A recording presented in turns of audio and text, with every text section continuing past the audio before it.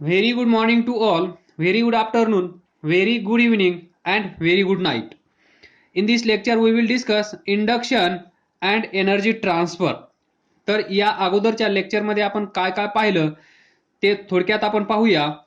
इथे जर magnetic field असेल, this constant magnetic field, constant magnetic field B बार, आणि या फील्डमध्ये अशी आपण एक कॉईल ठेवली होती. त्याच्यावर इथे आपण conductor, that is wire BC, wire BC और कंडक्टर वी कॅन से इथे ए असेल BCD. This is region of magnetic field. या कॉन्स्टंट मॅग्नेटिक फील्डमध्ये ज्या वेळेस आपण ही वायर BC या डायरेक्शनमध्ये विथ व्हेलॉसिटी v पळवतो, त्यावेळेस across BC there is EMF, यालाच आपण काय म्हणतो, इंड्यूस्ड EMF E जनरेट होत असतं, हे आपण पाहिलं. त्याची व्हॅल्यू किती, that is magnitude of this induced EMF is E is equal to BLV, where B is constant magnetic field, this L is length of this wire BC, and V is speed of this wire BC. परत one most important point was BLV हे कसे असले पाहिजेत, mutually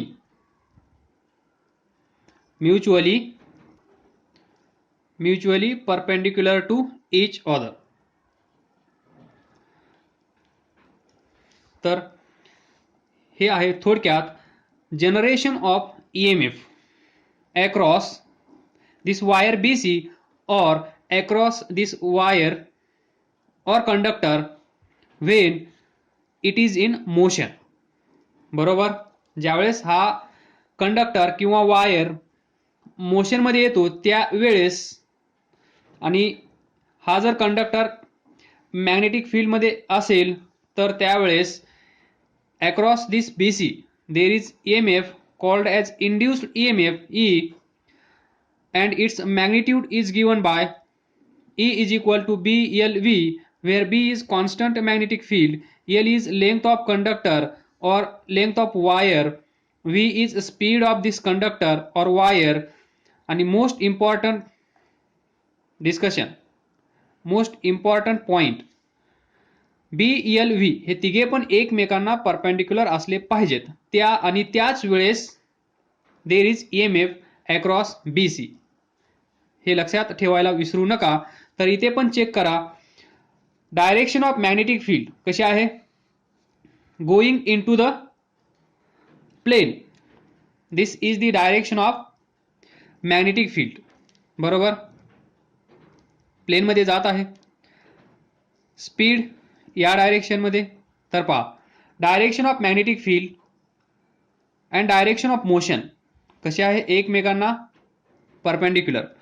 त्याच वेळेस length कशी आहे, अशी. बरोबर, now see here, X axis, Y axis, आणि हा पेन म्हणजे झेड ॲक्सिस. तर व्ही, एल आणि बी एकमेकांना कसे आहेत, परपेंडिक्युलर हियर. तर त्यानंतर पुढे जाऊन आपण पाहिलं, पहा इथे मॅग्नेटिक फील्ड असेल, या मॅग्नेटिक फील्डमध्ये जर हा रॉड किंवा बार इथे पॉइंट असेल, त्याला आपण म्हणतो पायवोट पॉइंट O, हा पॉइंट C, या रॉडला, या बारला जर या मॅग्नेटिक फील्डमध्ये आपण रोटेट केलं तर, रोटेट म्हणजे हा पॉईंट असेल सेंटर, हा ओ पॉईंट, हा सी पॉईंट, याला असं रोटेट केलं दिस, बरोबर. तर या पॉईंटला पहा, स्पीड असा असेल, डायरेक्शन ऑफ व्हेलॉसिटी, ते अँग्युलर व्हेलॉसिटी किती असेल ओमेगा. तर V is equal to R omega हे तुम्हाला माहित आहे. मॅग्नेटिक फील्ड बी माहित आहे. हा जो रॉड आहे या रॉडची लेंथ एल. तर इथे पण ईएमएफ तयार होत आहे. ज्यावेळेस हा रॉड, ज्यावेळेस हा बार या मॅग्नेटिक फील्डमध्ये असा रोटेट होत आहे, त्यावेळेस पण इथे ईएमएफ तयार होत आहे, ईएमएफ ई. आणि हे किती असतं, half B omega L square. म्हणजेच इथे लक्षात ठेवायला विसरू नका, this EMF E is equal to B L V is due to translational motion of conductor. This EMF E is due to rotational motion of conductor. आलं लक्षात. म्हणजे ज्यावेळेस हा रॉड रोटेट होत असेल त्यावेळेस एवढं ईएमएफ तयार होत असेल. ज्यावेळेस हा रॉड किंवा कंडक्टर किंवा वायर मोशनमध्ये येत असेल आणि ती मोशन ट्रान्सलेशनल मोशन असेल, त्यावेळेस ईएमएफ जे तयार होत आहे ते ईएमएफ आहे E is equal to B L V. Number 1, number 2. व्यवस्थित लक्षात ठेवा. नाऊ इथे पहा, याच्यामध्ये आपण एक इलेक्ट्रॉन कन्सिडर केला होता, बरोबर. Now we can use right hand rule. This is right hand. ज्या डायरेक्शनमध्ये हा कंडक्टर जात आहे त्या डायरेक्शनमध्ये आपल्याला थंब ठेवायचा आहे आणि ही 4 fingers direction of magnetic field च्या डायरेक्शनमध्ये ठेवायचे आहेत, along the direction of magnetic field. तर इथे पहा, इथे एक परपेंडिक्युलर ड्रॉ करण्याचा प्रयत्न करा. दिस हा परपेंडिक्युलर असेल इथे. तर हा परपेंडिक्युलर आपल्याला काय दाखवत असतो, हा जो चार्ज असेल, हा चार्ज जर पॉझिटिव्ह असेल तर याच्यावर या डायरेक्शनमध्ये फोर्स एक्झर्ट होतो, बरोबर. हा चार्ज जर निगेटिव्ह असेल तर त्याच्यावर या डायरेक्शनमध्ये फोर्स एक्झर्ट होतो. मग हा इलेक्ट्रॉन आपण कन्सिडर केला होता, मग हा इलेक्ट्रॉन म्हणजेच निगेटिव्ह चार्ज असतो, तर हा या साईडला येणार, पॉझिटिव्ह चार्ज या साईडला जाणार, म्हणजे इकडे पॉझिटिव्ह चार्ज जमा होतील, इकडे निगेटिव्ह चार्ज जमा होतील. म्हणजेच आपण यालाच रिप्लेस करू शकलो होतो by battery of potential is equal to B L V. म्हणजेच ही छोटीशी बॅटरी आणि या बॅटरीचं ईएमएफ किती असेल, B L V. E is equal to B L V, बरोबर. हे पॉझिटिव्ह टर्मिनल, कारण या साईडला पॉझिटिव्ह चार्ज आहेत.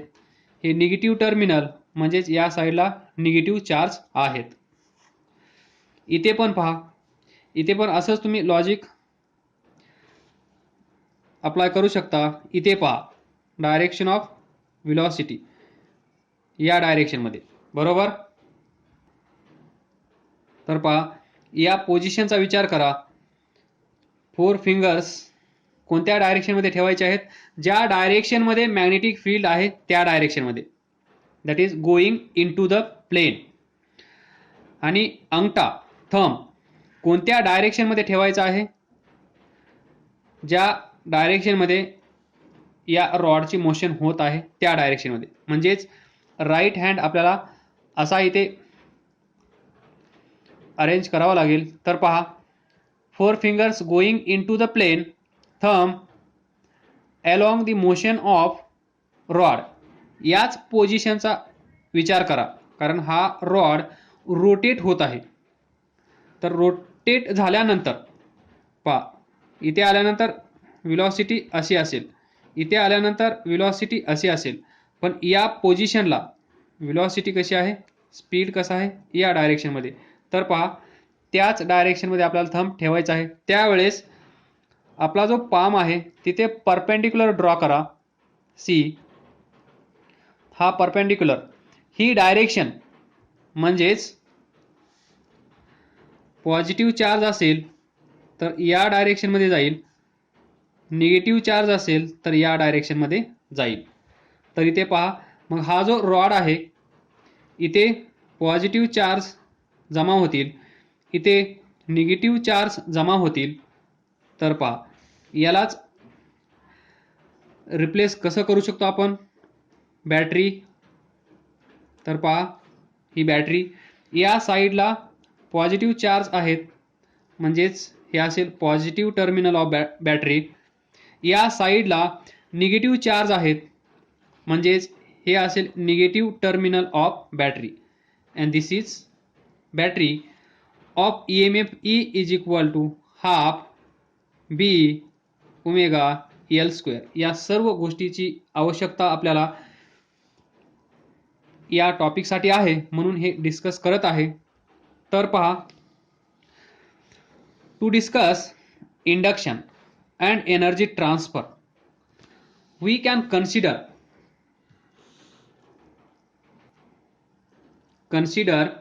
a loop ABCD. Sorry, this loop A B C D आणि हा जो लूप आहे ABCD तो कुठे आहे, हे मॅग्नेटिक फील्ड, हा जो बॉक्स मी बनवणार या बॉक्समध्ये असेल मॅग्नेटिक फील्ड B, ते कसं असेल या डायरेक्शनमध्ये, that is going in to the plane. अजून 2-4 काढूया, तुम्हाला इमॅजिन करण्यास मदत होईल. बरोबर,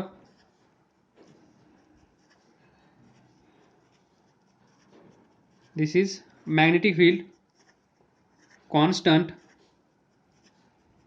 मॅग्नेटिक फील्ड. आणि या मॅग्नेटिक फील्डमध्ये आपण काय केलं आहे, एक लूप कन्सिडर केला आहे दॅट इज ABCD. त्यानंतर आपल्याला माहित आहे ज्या वेळेस, तर पहा याला आपण या डायरेक्शनमध्ये पळवतो with velocity, with speed V, तर काय होत असेल, आताच आपण डिस्कस केलं. मॅग्नेटिक फील्डमध्ये एखादी कॉईल असेल, ती जर आपण मोशनमध्ये आणली तर तिथे EMF तयार होत असतं, EMF. आणि या EMF मुळे तिथे करंट पण तयार होत असतो. तर या कॉईलमधून करंट फ्लो होईल ज्या वेळेस ही कॉईल हा लूप ABCD मोशनमध्ये येईल त्यावेळेस. तर आपण पाहूया थ्रू दिस लूप ABCD तिथे EMF तयार होत आहे की नाही, आणि त्या EMF मुळे तयार होणारा करंट, इंड्यूस्ड EMF मुळे तयार होणारा करंट, इंड्यूस्ड करंट. तर व्यवस्थित लक्ष द्या, ही कॉईल या डायरेक्शनमध्ये जात आहे म्हणजेच आपल्याला राईट हँड रूल परत यूज करावा लागेल. तर पहा हा सिंपल राईट हँड रूल, या डायरेक्शनमध्ये कॉईल पहा या डायरेक्शनमध्ये जात आहे, त्या डायरेक्शनमध्ये आपल्याला थंब ठेवायचा आहे आणि ज्या डायरेक्शनमध्ये मॅग्नेटिक फील्ड लाईन्स जात आहेत त्या डायरेक्शनमध्ये ही 4 फिंगर्स ठेवायचे आहेत. म्हणजे काय करावं लागेल, मग हा हँड आपल्याला असा करावा लागेल. पहा असा वर्टिकल, थोडासा इन्क्लाइन ठेवतो जेणेकरून तुम्हाला दिसेल, इमॅजिन होईल. तर पहा ज्या डायरेक्शनमध्ये थंब आहे त्या डायरेक्शनमध्ये या लूपची मोशन होत आहे. ज्या डायरेक्शनमध्ये मॅग्नेटिक फील्ड लाईन्स जात आहेत त्या डायरेक्शनमध्ये ही 4 फिंगर्स ठेवली आहेत. त्यावेळेस पाम पहा. इमॅजिन करा त्या पामला तुम्ही एक परपेंडिक्युलर ड्रॉ करत आहात. तर तो परपेंडिक्युलर कसा असेल? इथून या साईडला बरोबर, या साईडला बरोबर, या साईडला. Now see right hand rule. Direction of thumb, direction of 4 fingers match होत आहेत. त्यावेळेस इथे तुम्ही परपेंडिक्युलर ड्रॉ करा. तळहात या पामला एक परपेंडिक्युलर ड्रॉ करा. तर तो परपेंडिक्युलर कसा असेल? असा बरोबर. मग या डायरेक्शनमध्ये काय असतो? Force, magnetic force. म्हणजेच पहा पॉझिटिव्ह चार्ज या डायरेक्शनमध्ये, निगेटिव्ह चार्ज या डायरेक्शनमध्ये. म्हणजेच डायरेक्शन ऑफ करंट कोणत्या डायरेक्शनमध्ये असते? या. तर इथे पहा एडी साठी, एडी करंट या डायरेक्शनमध्ये फ्लो होत असेल, कारण पॉझिटिव्ह चार्ज इकडे, निगेटिव्ह चार्ज इकडे. येते का लक्षात? इथे पहा एडी साठी लेंथ किती आहे? L. 4 fingers going into the plane, thumb in the direction of motion of coil. त्यावेळेस इथे एक परपेंडिक्युलर ड्रॉ करा. हा परपेंडिक्युलर म्हणजेच force exerted on positive charge, आणि निगेटिव्ह चार्जसाठी याच्या उलट. आलं लक्षात? हा पण रूल तुम्ही यूज करू शकता. नाहीतर अजून एक रूल तुम्हाला सांगेन, राईट हँड रूल. दिस 1 2 3 एकमेकांना कशी असली पाहिजेत? Perpendicular to each other. तर इथे पहा हे इंडेक्स फिंगर म्हणजेच हे कुठल्या डायरेक्शनमध्ये असलं पाहिजे? 4 finger in the direction of magnetic field, thumb in the direction of motion of coil. तर पहा हे finger going in to the plane in the direction of magnetic field. त्याच वेळेस थंब पहा, थंब आपल्याला असा रोटेट करावा लागेल in the direction of motion of coil. त्यावेळेस सेंटर फिंगर पहा कुठे आहे? ज्या डायरेक्शनमध्ये हे सेंटर फिंगर असेल त्या डायरेक्शनमध्ये करंट फ्लो होईल. तर पहा इथे जो आपण करंट दाखवला आहे तो त्याच डायरेक्शनमध्ये आपण दाखवला आहे, पण तो आपण त्यावेळेस यूज केला होता राईट हँड पाम रूल. इथे आपण और यूज करू शकतो right hand rule for to decide the direction of induce current. तर तुमच्या लक्षात आला असेल ही जी एडी आहे या एडी मधून ABCD हा जो लूप आहे त्याची एक साइड एडी याच्यामध्ये EMF तयार होत आहे. EMF, त्या EMF मुळे करंट फ्लो होत आहे. त्या करंटची डायरेक्शन आहे फ्रॉम D टू A. एवढं तुमच्या लक्षात आलं. नाउ सी फॉर AB साठी AB पहा तुम्हाला मी मगाशीच सांगितलं होतं EMF E is equal to BLV. BLV हे तिघे पण एकमेकांना परपेंडिक्युलर असले पाहिजेत. तर इथे पहा ज्या डायरेक्शन मध्ये हा लूप जात आहे त्याला AB कशी आहे पहा. AB दिस इज AB, आणि याच डायरेक्शन मध्ये हा लूप जात आहे म्हणजे AB V ला कशी आहे? दॅट इज AB काय आहे? लेंथ. ही लेंथ याला कशी आहे? पॅरलल. मग पॅरलल असल्यानंतर AB मधून करंट फ्लो होणार नाही, म्हणजेच EMF तयार होणार नाही. AB DC ला पॅरलल आहे म्हणजे इथे पण EMF नसेल. BC तर मॅग्नेटिक फील्डच्या बाहेर आहे म्हणजे इथे फक्त आणि फक्त एडी मधून करंट फ्लो होत असेल, तोच करंट या लूपमध्ये फिरेल. जनरेट करंट कुठे होत आहे? Only across A D, EMF across AD, BLV. आलं लक्षात? तर we can use right hand palm rule, we can use right hand rule to decide the direction of current. तर पहा इथे आपण by using right hand palm rule or right hand rule direction of current decide केली. पण आपल्याला हे पण माहित आहे, काय माहित आहे? Faraday's law, E is equal to minus D phi by D T. त्यानंतर हे पण माहित आहे Lenz law. According to this Lenz law, ज्यावेळेस कंडक्टर मॅग्नेटिक फील्डमध्ये मोशनमध्ये येतो त्यावेळेस त्या कंडक्टरमध्ये करंट फ्लो होऊ लागतो. आणि तो करंट कसा फ्लो होऊ लागतो हे आपण डिस्कस केलं आहे by this law, Lenz law.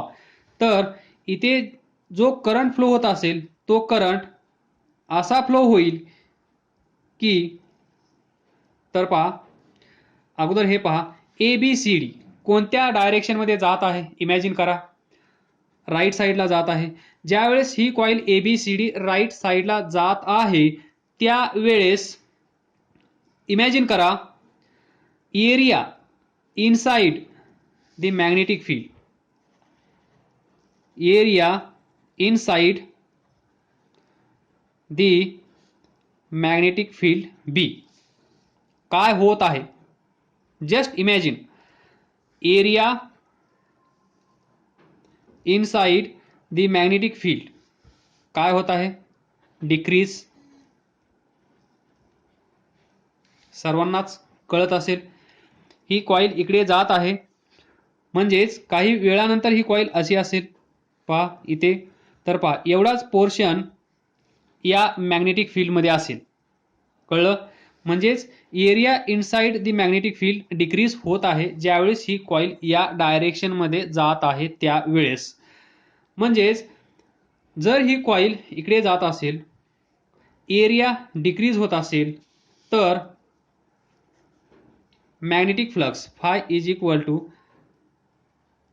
Magnetic flux is equal to BA cos theta, where theta is angle between B and A. तर इथे पहा direction of magnetic field is going in to the plane. Area vector तुम्हाला माहित आहे, कधी पण ABCD ला कसा असतो तो perpendicular. Direction of magnetic field B, this is area vector. तर इथे B आणि A मध्ये अँगल किती आहे, 0. म्हणजेच फाय इज इक्वल टू आपण लिहू शकतो BA as cos 0 is equal to 1. तर इथे पहा जशी जशी ही कॉईल या डायरेक्शनमध्ये जात आहे तसं तसं area inside the magnetic field decrease होत आहे. म्हणजेच जर एरिया डिक्रीज होत असेल तर पहा एरिया डिक्रीज होत असेल तर मॅग्नेटिक फ्लक्स काय व्हायला पाहिजे, डिक्रीज व्हायला पाहिजे. म्हणजेच इथे पहा म्हणजेच या फायची व्हॅल्यू चेंज होत आहे, डिक्रीज होत आहे. तर डिक्रीज होत आहे म्हणजेच पहा सुरुवातीला फाय 1 असेल 10, डिक्रीज म्हणजे फाय 2, डिक्रीज म्हणल्यानंतर तुम्हाला समजतं 5 असेल. तर इथे पहा delta phi is equal to phi 2 minus phi 1 हे तुम्हाला माहीत आहे. फाय 2 किती आहे 5 मायनस फाय 1 किती आहे 10. तर चेंज किती येईल -5. यालाच आपण असं लिहू शकतो E is equal to minus delta phi divided by delta T.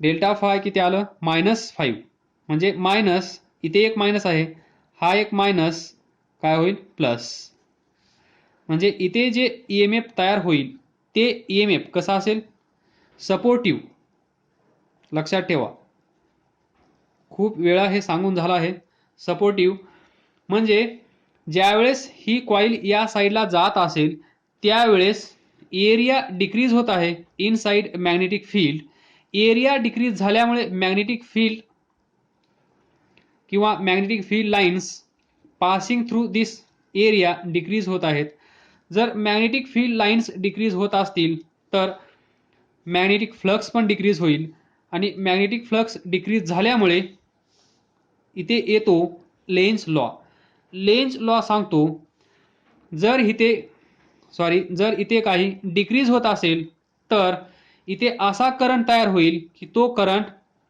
या मॅग्नेटिक फील्ड लाईन्स वाढवण्यासाठी मदत करेल आलं लक्षात ज्यावेळेस ही कॉईल या साईडला जात आहे अजून एक पोझिशन ड्रॉ करून दाखवतो तुम्हाला ही पोझिशन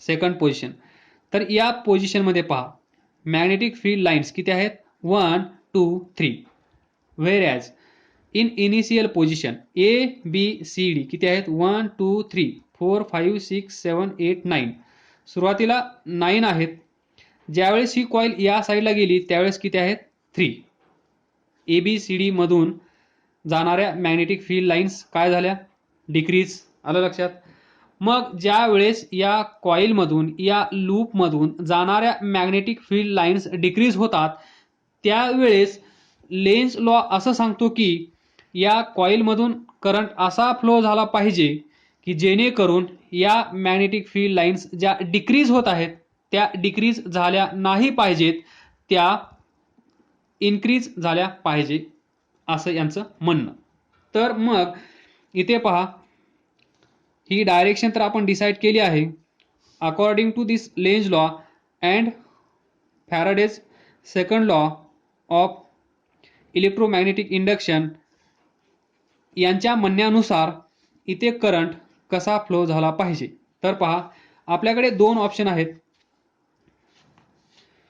ही एडी असेल बरोबर याच्यातून करंट असाही फ्लो होऊ शकतो ही एडी याच्यातून करंट असाही फ्लो होऊ शकतो